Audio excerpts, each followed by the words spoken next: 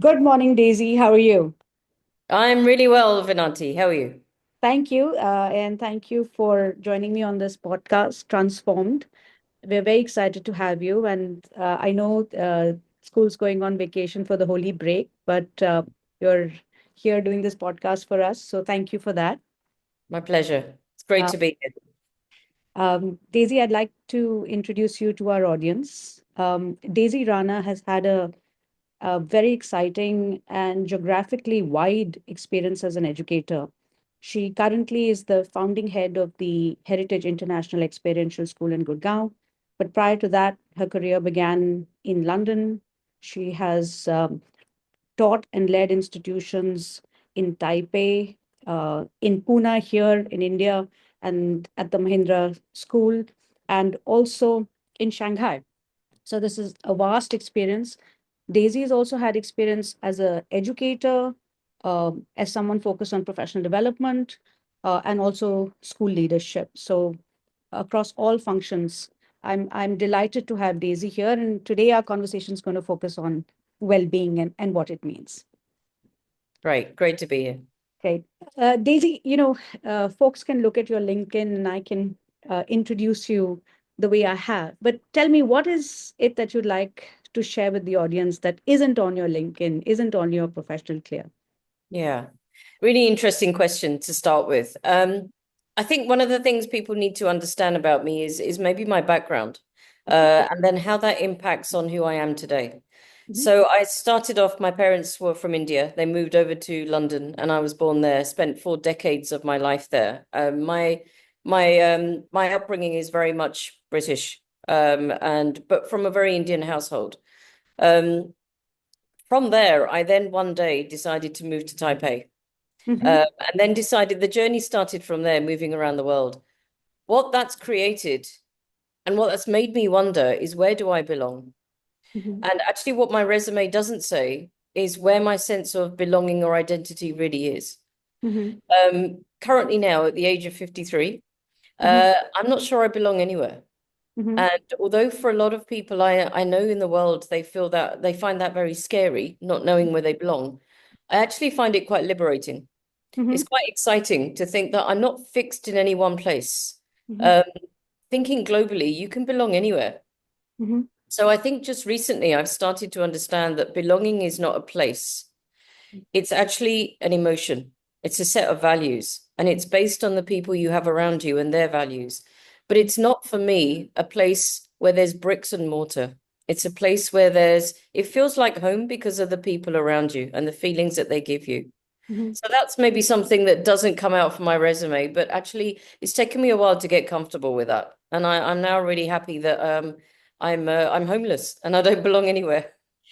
Well, Daisy, it's a very interesting description of belonging and how it's aligned to values and people who share those values. And I think as an institution head, the geography kind of becomes agnostic, but the values that you have created in the institutions or imbibed then create that sense of belonging. So geography matters little, but these shared values. And I would love to hear from you even on, how inner belonging, how do you feel in your well-being? Because that's the discussion we're going to have. Yeah. And where students need to feel well within the institutions that they are participating in today. So we'll definitely discuss this further, but I think it's a great segue into our discussion on well-being, simply because it's not something that's assessed uh, Yeah. in any in any particular manner. So I'm going to begin with a definition, Daisy, that was usually just published in a well-being report by the organization 100 and IB, and it said well-being is a student's subjective experience of being satisfied with their school lives, having positive experiences in school, having positive feelings about school, and believing that what they do at school gives them some purpose and meaning. There's Mm. another definition which is part of the um, uh, Indian school definition by NCRT and Manodarpan, which is well-being is not just the absence of disease or illness. It's a Mm. complex combination of a person's physical, mental, emotional, and social health factors. Well-being is strongly linked to happiness and life satisfaction. In short, well-being could be described as how you feel about yourself and your life, and in some sense, belonging to that. Mm. These are varied definitions, Daisy, but I want to now, really, as an educator's perspective, ask you, how do you create and ensure that teachers, students, and parents have a shared definition of well-being? Yeah. It's interesting what you said. There's two words I picked up there. One is cultural and one is complex. Mhm, So having that definition of well-being may vary from culture to culture. That's one thing that I've noticed as well. mhm, The shared understanding and being on the same page is so crucial.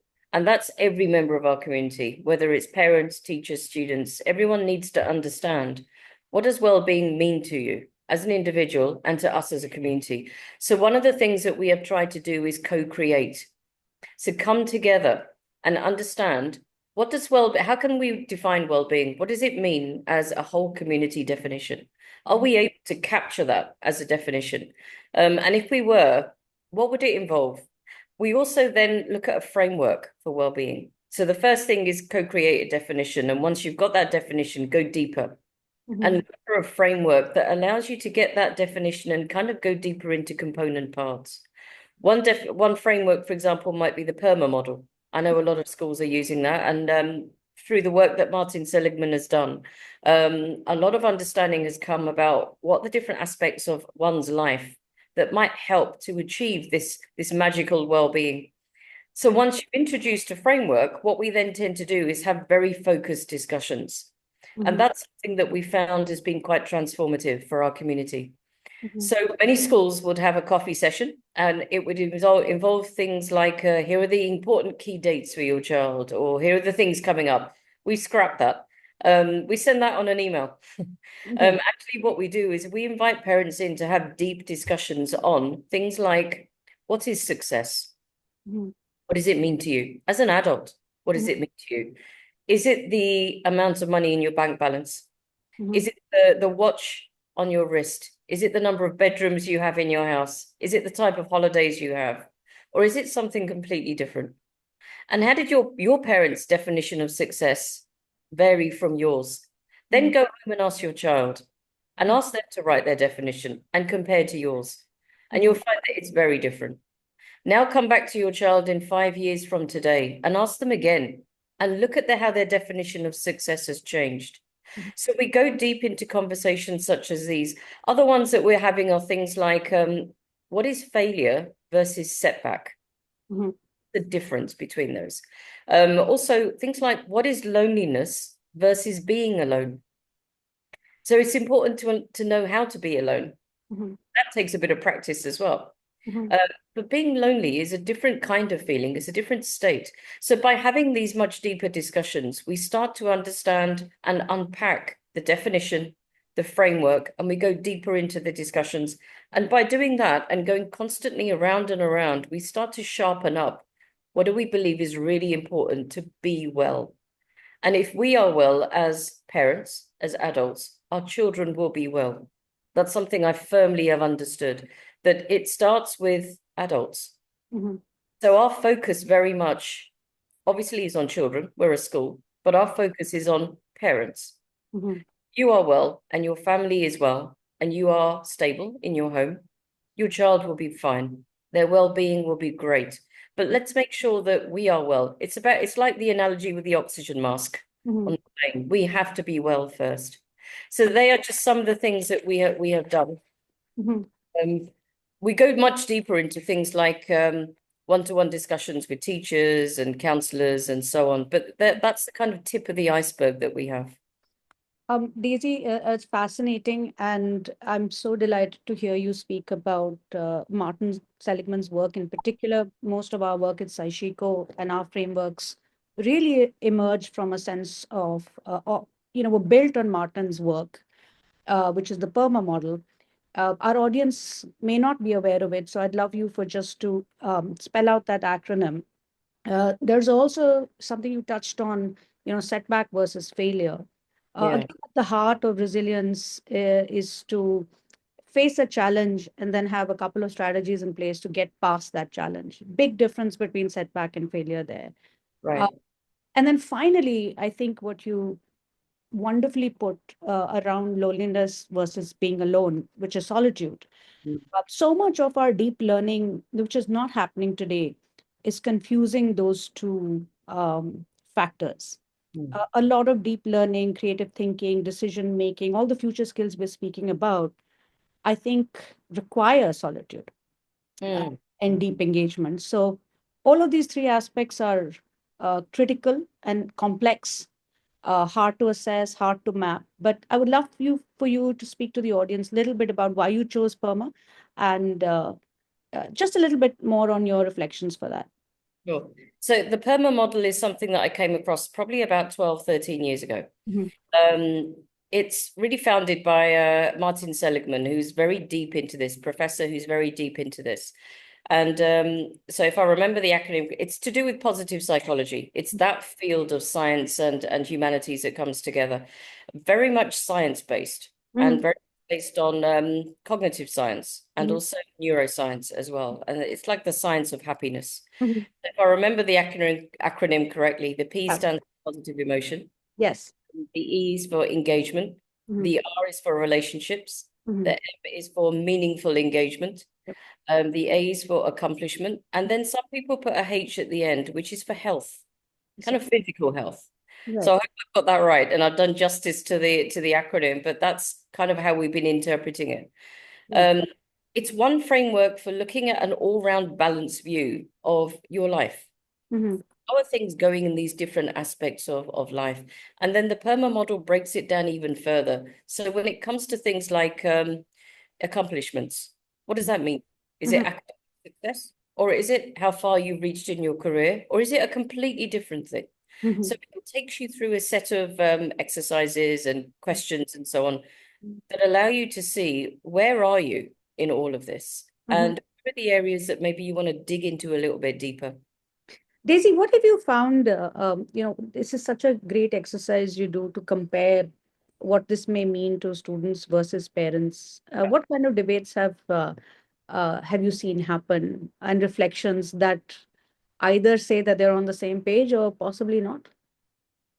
Right. Well, so actually, some of them are things that parents don't say, things that students do say, and things that parents don't say. What we're noticing a lot more is if we look at that one about accomplishment, Mhm, parents have got a very different idea of what success and accomplishment means mhm, compared to their children.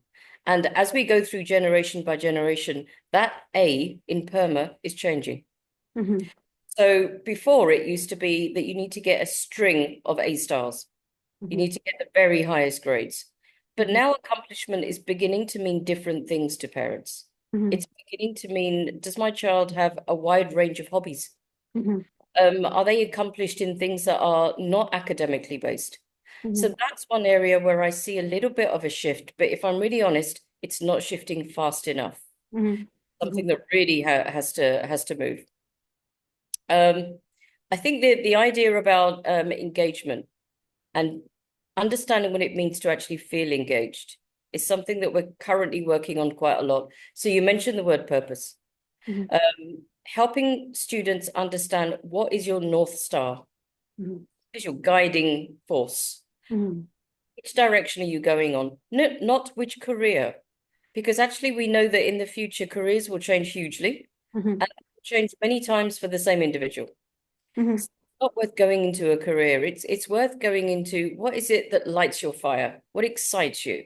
mhm, When nobody tells you what to do, what do you find yourself gravitating towards? Because that might be your kind of superpower.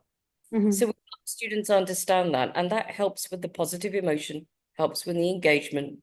mhm, Um, Relationships are tricky. The R in PERMA is always tricky. mhm, Um, and I think that's something that children need a lot of help guiding.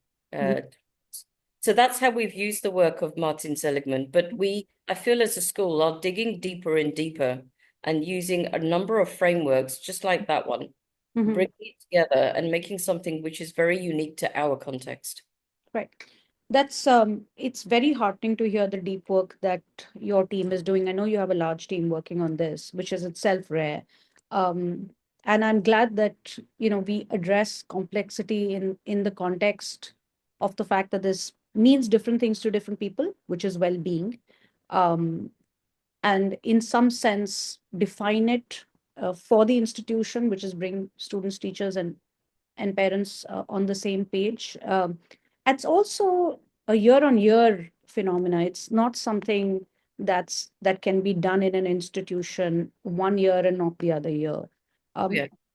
Behaviors and vocabulary and a common understanding, whether it's from frameworks, is something that's built in a student's life uh, ov- over the years. So it's best to institutionalize it as people and leaders change.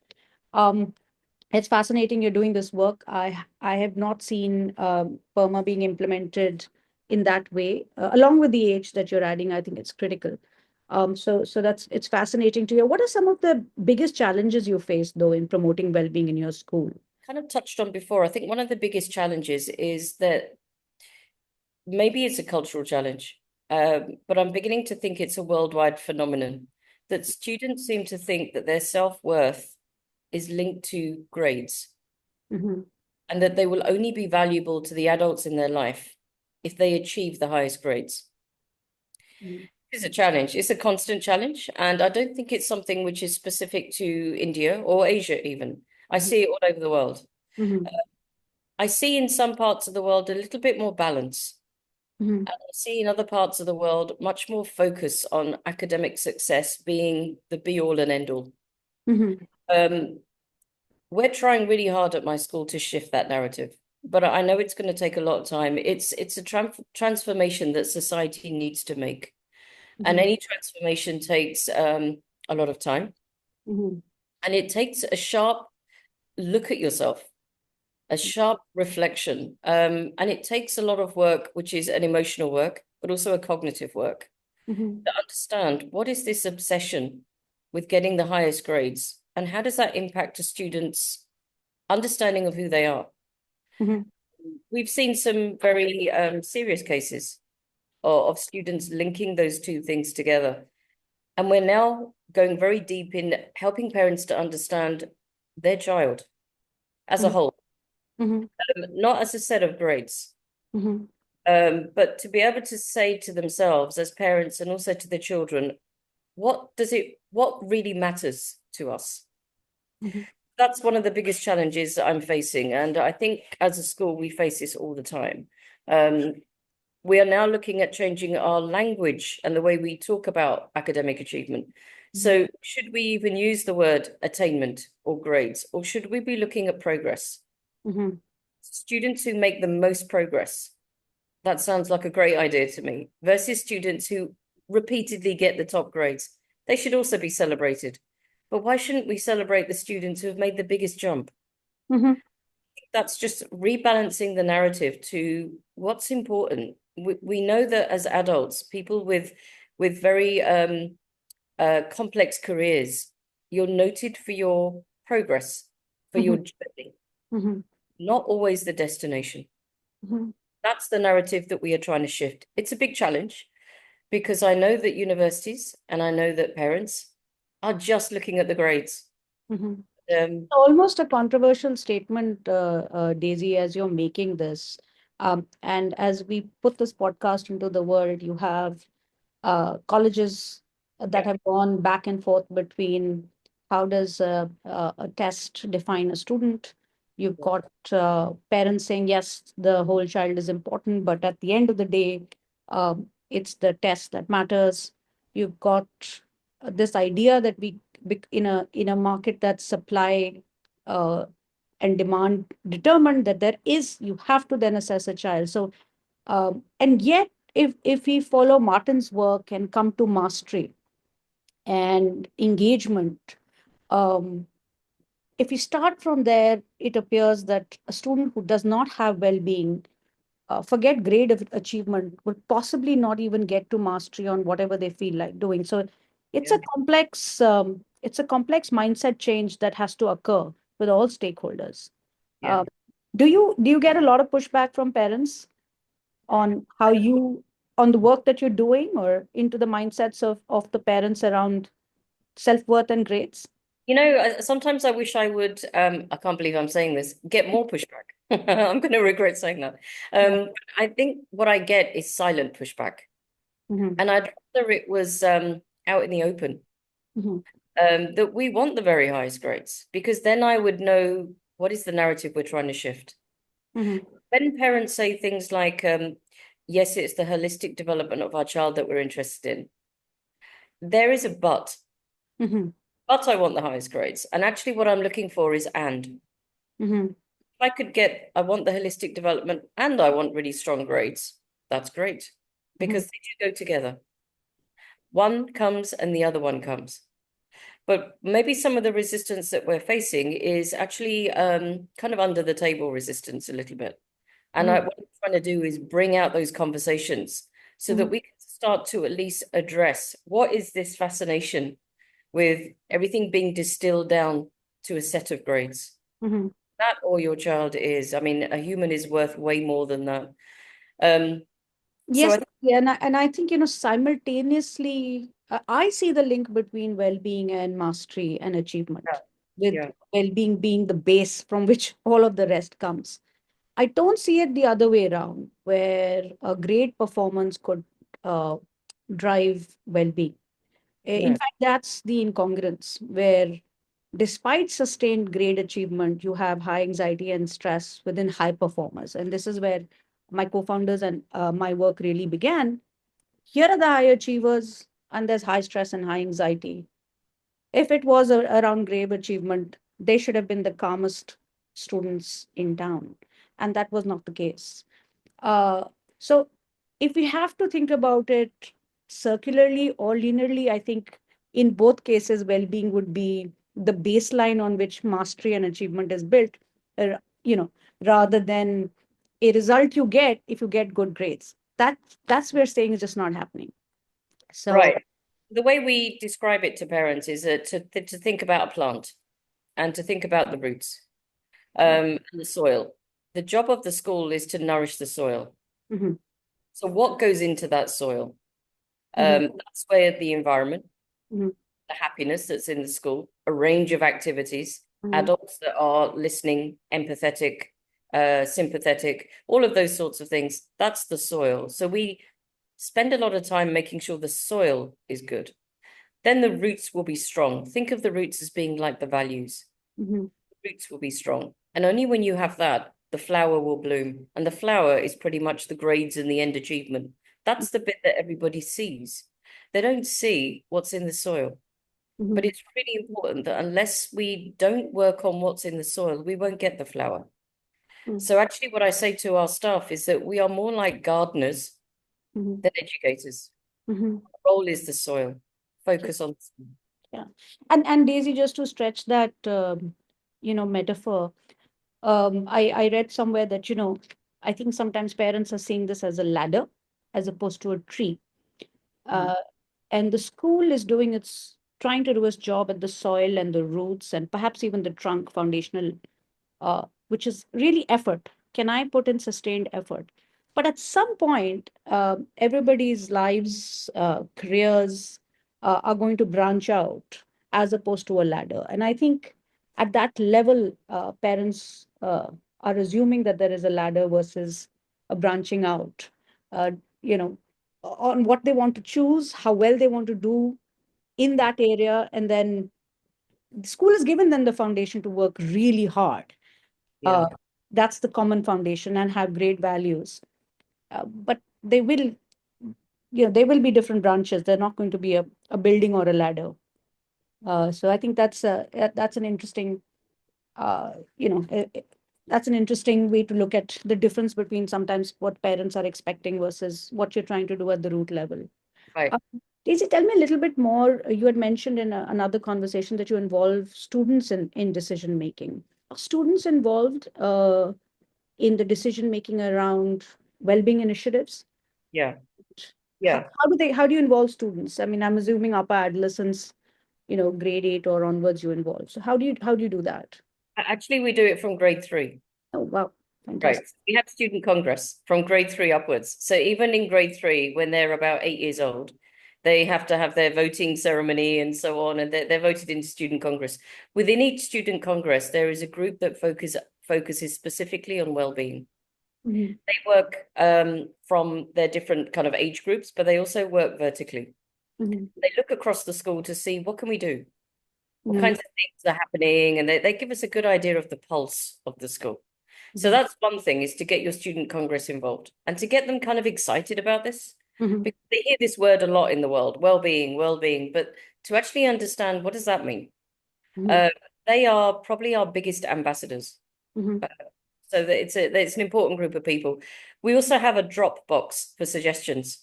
Mm-hmm. And again, that goes from grade 3 to 12. So it's an anonymous one. Mm-hmm. Uh, they can drop something in there as a suggestion, and then my counseling team opens it every day to have a look to see what's gone in there. And sometimes it's as simple as well, they think well-being is that we'd like to have donuts in the canteen. Uh, Okay. it might be well-being for them. Yeah. um, but actually, some of them are more deeper, about more to do with things like relationships. And it's interesting that the drop boxes on different floors at different age groups have different themes, Mm-hmm. just to emerge. So that gives us a good idea about what do we do next. We take those big pieces of paper, work with the student congress and say, this is what we got, suggest.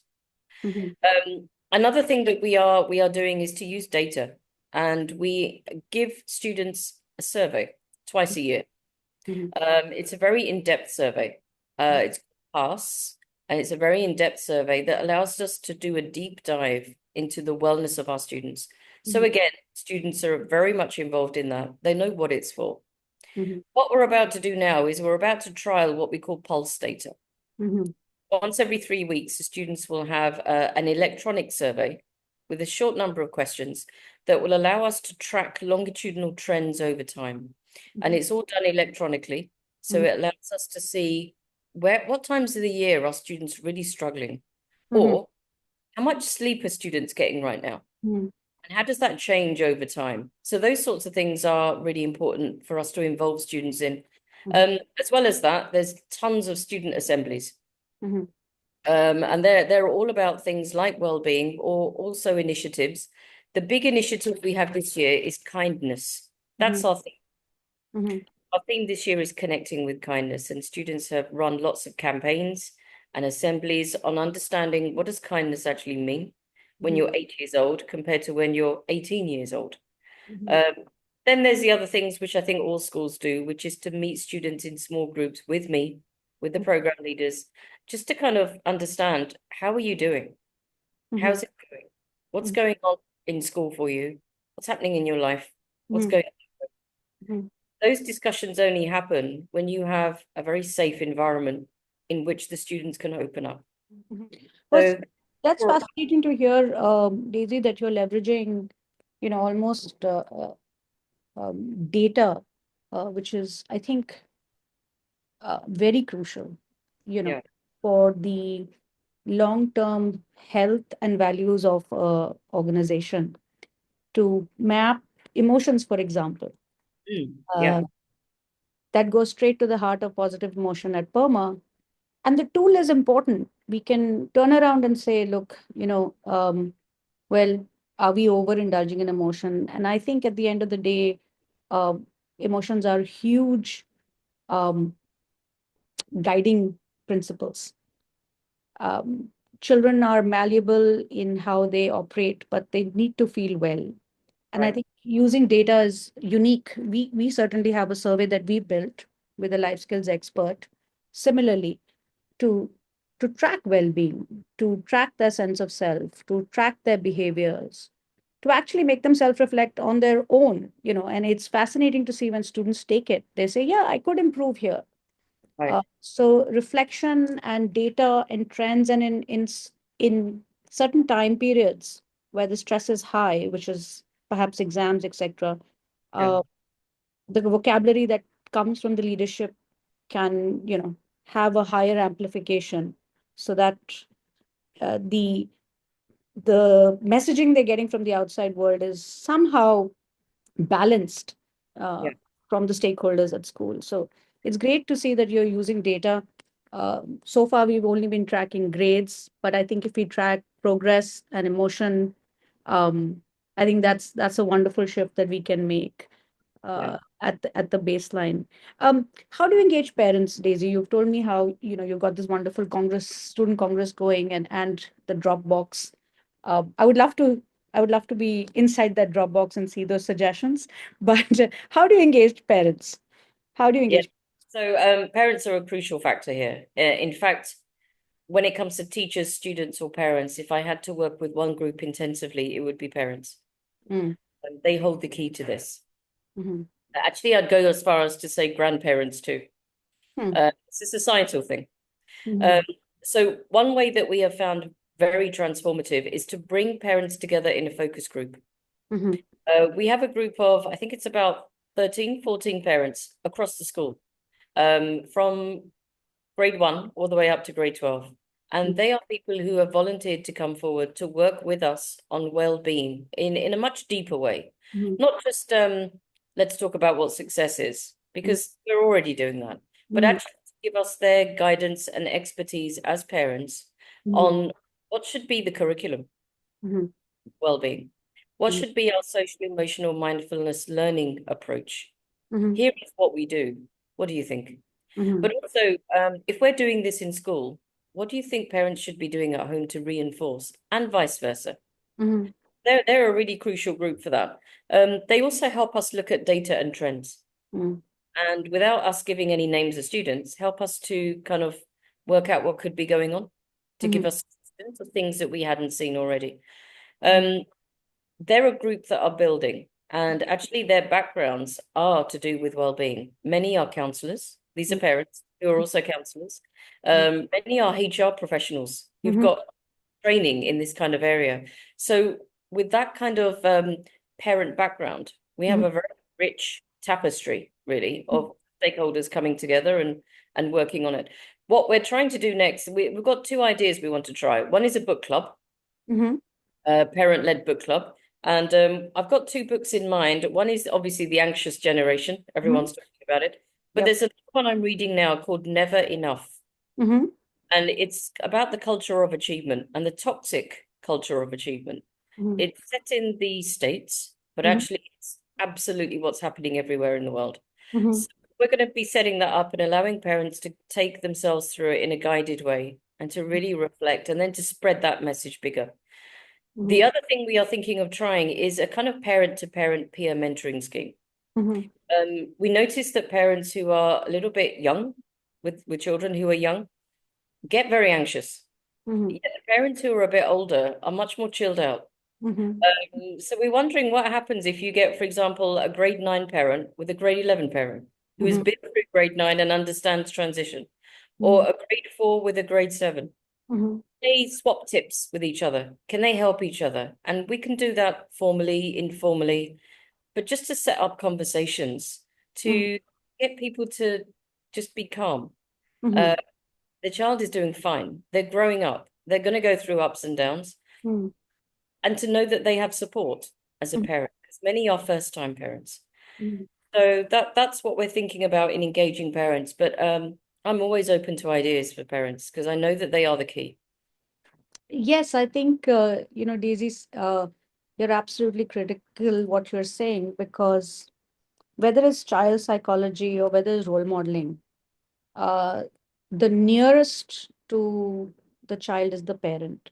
Yeah. Their own behaviors, their cognitive frameworks, their ability to deal with setback, Mm. um, their ability to react versus response is something that is constantly being observed Right. by the little human in their care. And I think between what the school is doing and what the parents need to do, because I know I have engaged with lots of students who've said, "Listen, run this workshop on parents," and it was an eye opener because they went through the workshop and then everybody came back and said, "Could you please?" It was a growth mindset workshop. This could you please run this with our parents? Yeah.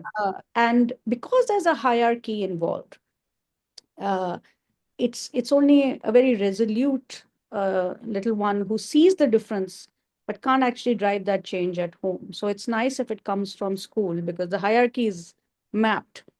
Well, we think that, but actually, I now see a little bit of a shift. So there was an example the other day of a grade four student who I think saw his mum get a little bit of she was having a meltdown about something. And I think the grade four student said, Mum, take a breath. Count to four. How did that go down, Daisy? I think she was rather shocked, but thought, this must be coming from school because I haven't taught you to take a breath. But he said, just take a breath, count to four, Yeah. breathe in, breathe out. Yeah. And then, I think by then she was her motion had changed to shock. Yeah. So it's great to see kids who are confident to Yeah. notice what's happening to mum and dad or Yeah. what's happening to the people around me. I think I need to just get them to calm Mm. and then I'll continue. So that was a bit of a shift. Yeah, and between that, sort of some students do have a high level of self-awareness or observational power. They're very discerning at a very young age. They can tell the difference in attributes that parents have, colleagues, and teachers have. And they're watching, and I think they're waiting for that time, that moment to come in and say it just right. So that was a that's always fun to watch. Um, Daisy, you spend resources, tools. You have a large counseling team. You're taking year-on-year programs. You're involving students, obviously teachers and parents. Um, but you do run a balance sheet as well. Yeah. Uh, so how do you measure? I'm sure these questions are asked by promoter owners of school, both from an investment to an effectiveness. So how do you measure the effectiveness of well-being interventions? Because again, this the cultural response is what use is this? At the end of the day, I know, are we doing enough for academic prep, Good. including remedial tuitions, etc.? How do you justify the investment in it, and how do you measure effectiveness? Right. I mean, luckily I have a board of directors who are very on board with wellness. Mm-hmm. Uh, they can see which way the world is going as well. Mm-hmm. So that helps. That within terms of investment, I don't have to persuade too much, but being able to quantify wellness, Mm-hmm. it's something that the world is trying to work out. Mm-hmm. Because as you said before, it's very hard to put a number on how well your emotions are. Mm-hmm. My emotions at the beginning of this podcast are very different to how they are now. So things, move all the time, minute by minute.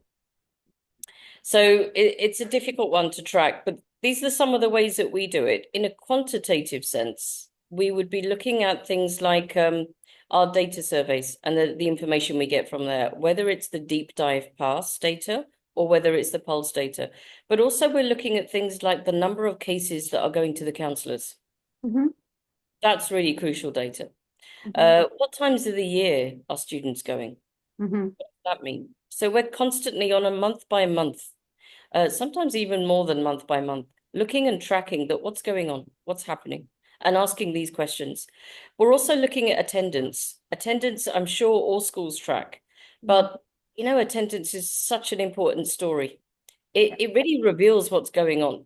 Mm-hmm. Um, it's not until you notice attendance dips that you think, okay, what's the story there? And when you dig a bit deeper, you find out that there is stuff going on at home that you had no clue about. Mm-hmm. So that kind of data is really crucial to uncover the well-being of a child. On a more qualitative sense, actually depends on the types of conversations we have.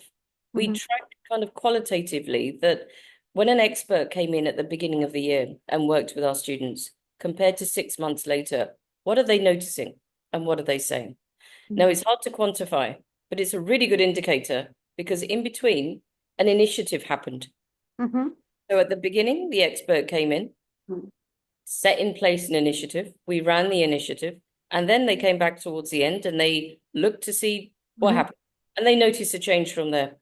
Mm-hmm. Teacher feedback is an important thing. Our form tutors are becoming increasingly more skilled at knowing if a student is okay. Mm-hmm. And it's a really big skill to see a person come into a room and think, you look different today compared to yesterday. Mm-hmm. It's very hard to train people to know how to do that. Mm-hmm. But I think our teachers are understanding that this is an indicator. And we need to look for these sorts of things. Mhm. We also look at how many students now are doing things like sports and arts and theatre and music. That's also an indicator for us about wellness, Mhm. because certain times of the year, those numbers dip down. Now, Mhm. does that happen when it's exam time? Mhm. Because if it does, where's your outlet? So Yeah, then we, but when you should be having that hour-long run, when it's yeah, most needed for your dopamine, for your circadian rhythm, right. your prefrontal cortex, for all Yeah. of that, that's when you withdraw and say, let me just stay home and study. It is most needed then, yeah. Absolutely. And that's when I think it's important that there is kind of unstructured time as well for the older students to hang out with each other Mm-hmm. and to know when somebody in their batch is not okay. Mm-hmm. Important thing is to make sure we know and that they tell us. Mm-hmm. So that's also another source of data are other students Mm-hmm. who very helpfully think this is not within our control. We can't help this person. It's beyond us. We need Mm-hmm. to go to an adult who knows what to do. And Mm-hmm. then the final thing there really is the types of conversations that are happening with counselors. Mm-hmm. That's also something that we qualitatively track. Mm-hmm. That are there more and more serious cases happening at certain times of the year? Are students able to find the tools for themselves? Mm-hmm. Or is it that still we are constantly giving those tools? Mm-hmm. So what kind of conversations are we having? So some of what I've said is quantitative, it's hard data. Mm-hmm. Other things are qualitative. Something as simple as um, almost like the smile factor. Mm-hmm. When I go up to the fourth floor where there are students who are from the senior grades, are they smiling? Mm-hmm. Are they saying good morning? What's the general feeling and the vibe going on there? Compared to at different times of the year when I come to the other floors, how Mm-hmm. is it then? So that's much more intangible. But I Mm-hmm. think as I get older, I'm beginning to realize that the magic is in the intangible. Yes, Daisy, I often sometimes you get so close to the work that you do that you also get defensive about it. And I used to, people ask, we don't have another well-being hour in the calendar. We don't have time for this. And I said, look, for years we had something called an assembly, Yeah, which yeah, and we all do. And the whole idea of the assembly or the convening or the camaraderie that the assembly was to bring in, including the contemplation that was supposed to happen then, it was not supposed to be an informational dissemination, award and recognition uh, channel of communication. Uh, it really meant to assemble the community and convene and commune and reflect, almost as if to say we should have one at the end of the day too. So those guardrails are in place before people go. So it's amazing. So you're using data. Of course, you've got qualitative feedback, which I think is also critical. That technology can do this at scale, including counselor notes. This is something that we want to build out, but also this intangible feeling as a leader, and it's your self-awareness, I think, that will drive whether you capture the vibe from mm, floor to floor. The teachers capture the vibe. Uh, mm, are they in their own self-awareness, integrity to be able to capture the vibe of a right, student? right. Daisy, tell me something. One of the things that has completely disrupted both the world of education from a student facing, educator facing, teacher facing perspective since 2022-23 is AI. Mm, Um, and I was speaking to my son last night and I was encouraging him to use an AI tool.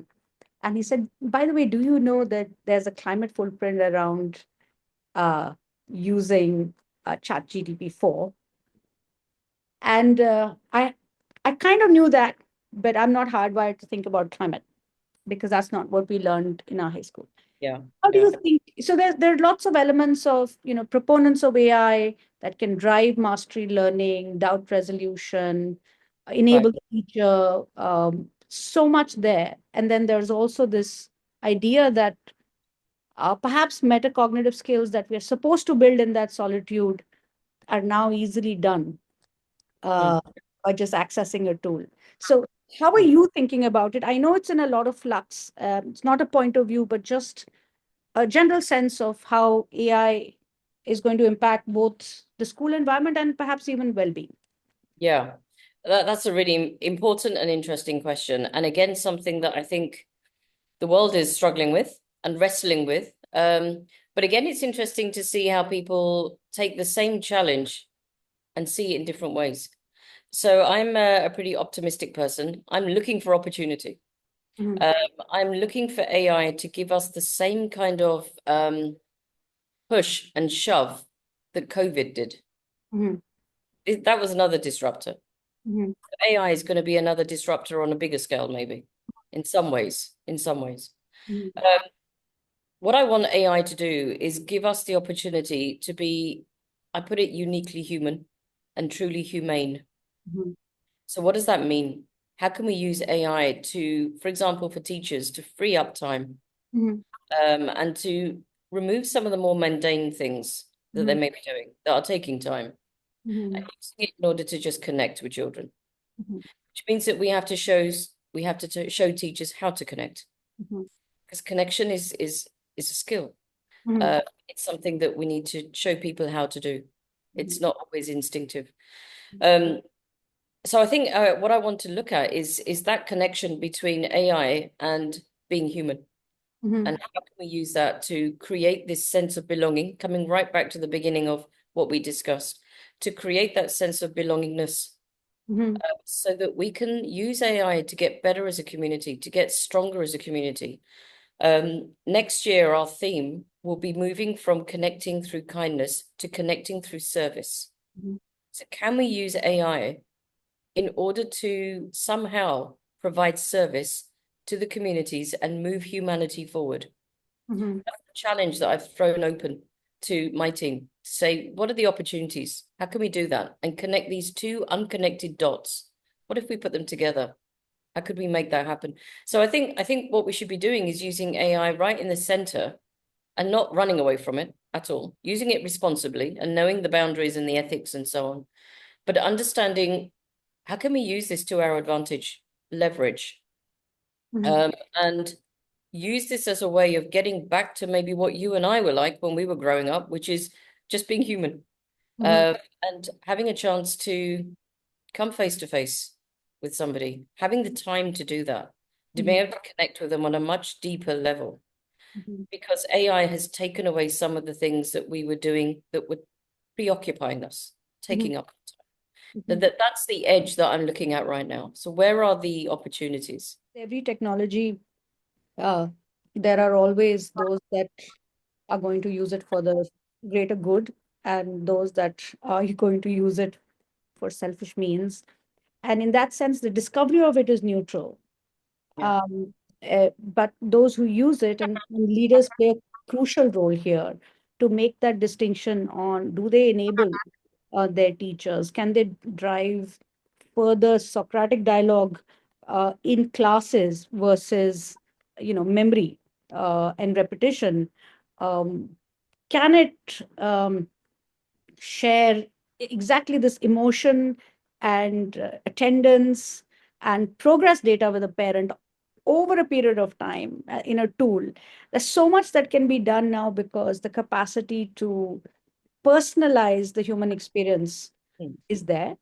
But as a leader, to see it at an anonymous level is also there, and then to drive change. I think at the end, it'll be about leadership agency, which is what each leader will have to decide, how to leverage AI Yeah. with my community. It'll come down to leadership agency because the tools will be available. And that's the exciting thing. It's scary, but also exciting. I'll take the exciting part, I think, and go with that. Yes. Daisy, as we wrap up, any reflections on this conversation and any messages for your peers who are leading institutions and schools K through 12 Yeah. uh, in a country like us? Right. Um, a message for parents, a message for students, and a message for teachers and peers. So for the Yeah, state, yeah, that's quite a lot. I think one of better. the messages for my peers, other leaders in schools such as mine, is to understand what your own well-being looks like, Mhm, because actually there's not enough help for leaders. mhm, So we all know that leadership is a very lonely job. mhm, Sometimes you can find yourself in a place where you don't know where to go to talk to anyone. It's complex and it's difficult. So to be able to make networks with trusted groups of leaders so that you're able to unravel complex problems and to, in that process, understand who you are and the management of your own emotions, I think is really crucial. There isn't that help around the world, not easily available. And I think in a country like India, it might be also quite difficult because sometimes schools seem to think that they're competing against each other. Whereas actually leaders need to collaborate with each other in order for their well-being to be good. So on a similar note, I would say that parents also need to collaborate with each other, and so do students. So peer-to-peer support is probably the way forward at different levels. But that might look very different for parents. It will look different for students, and it will look different for leaders. I think that's the key message is reach out for help and reach out early. Wait. So whether you're a leader, whether you're a parent, whether you're a student, when you can feel that you're wobbling, look for your tribe.